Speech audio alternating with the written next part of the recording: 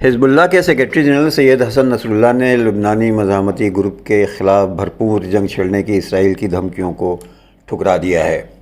سید حسن نصر اللہ نے لبنانی مزاحمتی گروپ کے خلاف بھرپور جنگ چھیڑنے کے اسرائیل کی دھمکیوں کو نہ صرف رد کیا ہے بلکہ انہی نے اس کا مذاق بھی اڑایا ہے۔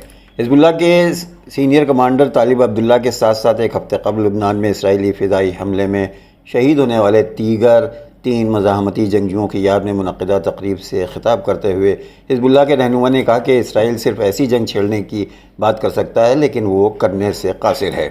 نصر اللہ نے مزید کہا کہ حزب اللہ اسرائیل کے ساتھ مکمل جنگ نہیں چاہتا لیکن اس طرح کے مناظر نامے کے پیش نظر ایک انتباہ جاری کیا ہے۔ انہوں نے کہا کہ اسرائیل کو زمینی، ہوائی اور سمندری حملوں کے لیے تیار رہنا چاہیے اور اگر وہ لبنان کے ساتھ مکمل طور پر تنازع میں الجھنے کا فیصلہ کرتا ہے تو بحیرہ روم کی صورتحال مکمل طور پر بدل جائے گی۔ حزب اللہ کے سربراہ نے خبردار کیا کہ براہ راست جنگ کی صورت میں اسرائیل میں کوئی جگہ مزاحمتی گروپ کے ہتھیاروں سے محفوظ نہیں رہے گی۔ انہوں نے کہا کہ حزب اللہ بغیر کسی اصول کے اور بغیر کسی حد کے لڑے گی۔ انہوں نے کہا کہ مزاحمتی گروپ غزہ کی پٹی میں فلسطینیوں کی حمایت کے لیے حکومت کے خلاف حملے کرتا ہے۔ ہم غزہ کی حمایت جاری رکھیں گے اور ہم کسی بھی چیز کے لیے تیار ہیں، ہم ڈرنے والے نہیں ہیں۔ ہمارا مطالبہ واضح ہے، غزہ میں مکمل اور مستقبل جنگ بندی۔ حزب اللہ اور اسرائیل 8 اکتوبر سے فائر بندی کر رہے ہیں، جس دن اسرائیل نے غزہ کے خلاف جنگ کا اعلان کیا، جس کے بعد حماس نے جنوبی اسرائیل میں اچانک فوجی آپریشن شروع کیا تھا۔ اقوام متحدہ کے انسانی حقوق کے دفتر نے کہا ہے کہ صہیونی فورسز نے جنگی قوانین کی بار بار خلاف ورزی کی ہے اور غزہ کے تنازع میں عام شہریوں اور جنگجوؤں میں فرق کرنے میں ناکام ہوا ہے۔ دوسری جانب اقوام متحدہ کی انکوائری کے سربراہ نے اسرائیلی فوج پر فلسطینیوں کے قتل عام کا الزام عائد کیا ہے۔ اقوام متحدہ کے انسانی حقوق کے دفتر OHCHR نے ایک رپورٹ میں کہا ہے کہ اسرائیلی فورسز نے منظم طریقے سے امتیاز، تناسب و حملے میں احتیاط کے اصولوں کو خلاف ورزی کی ہے۔ اقوام متحدہ کے ہائی کمشنر برائے انسانی حقوق ونرکر ترک نے کہا ہے کہ جنگ کے ایسے ذرائع اور طریقوں کو منتخب کرنے کی ضرورت ہے جو شہریوں کو پہنچنے والے نقصان سے بچیں یا کم از کم ہر حد تک کم کریں۔ اسرائیل کی بمباری کی مہم میں مسلسل خلاف ورزی کی گئی ہے۔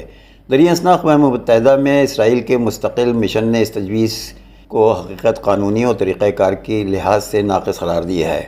اقوام متحدہ کے کمیشن آف انکوائری کے سربراہ نوی پلے نے کہا کہ تنازع میں بدسلوکی کے مرتکب افراد کو احتساب کے کٹہرے میں لایا جانا چاہیے۔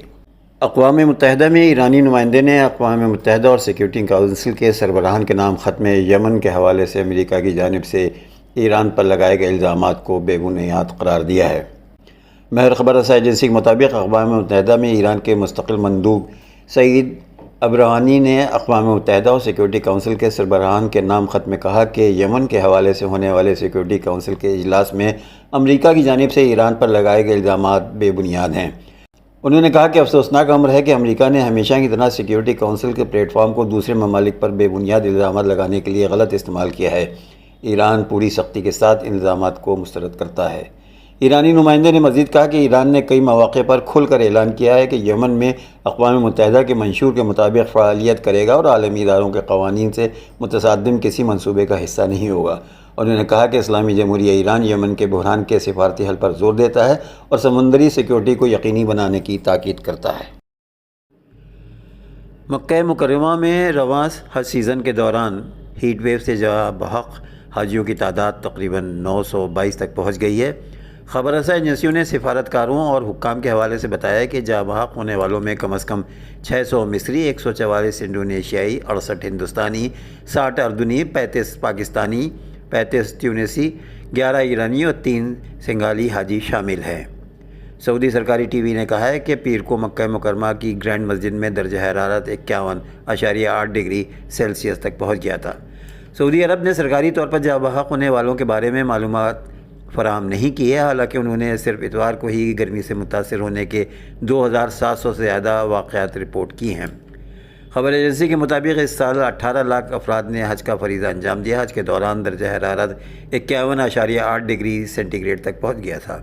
ایک خبر ایجنسی کے مطابق ہیٹ ویو سے جاں بحق حاجیوں کی اکثریت ان افراد پر مشتمل ہے جنہوں نے خود کو حج کے لیے رجسٹرڈ نہیں کرایا تھا اور اس کی وجہ سے وہ ایئر کنڈیشنڈ مقامات تک رسائی حاصل نہیں کر سکتے تھے۔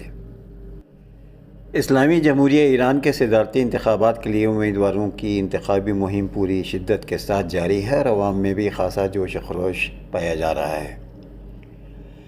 سحر نیوز ایران کی ویب سائٹ کے مطابق صدارتی انتخابات کے سبھی 6 امیدوار اور ان کے حامیان مختلف شہروں اور حتیٰ کہ قصبوں میں بھی دیہاتوں کا دورہ کر رہے ہیں اور لوگوں کو اپنی ممکنہ حکومت کے پروگراموں سے آگاہ کر رہے ہیں۔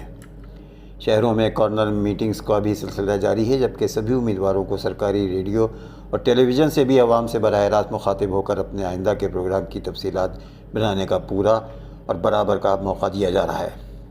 اور سب سے دلچسپ بات یہ ہے کہ امیدواروں کے درمیان براہ راست ٹیلی ویژن مناظروں کا بھی اہتمام کیا گیا ہے۔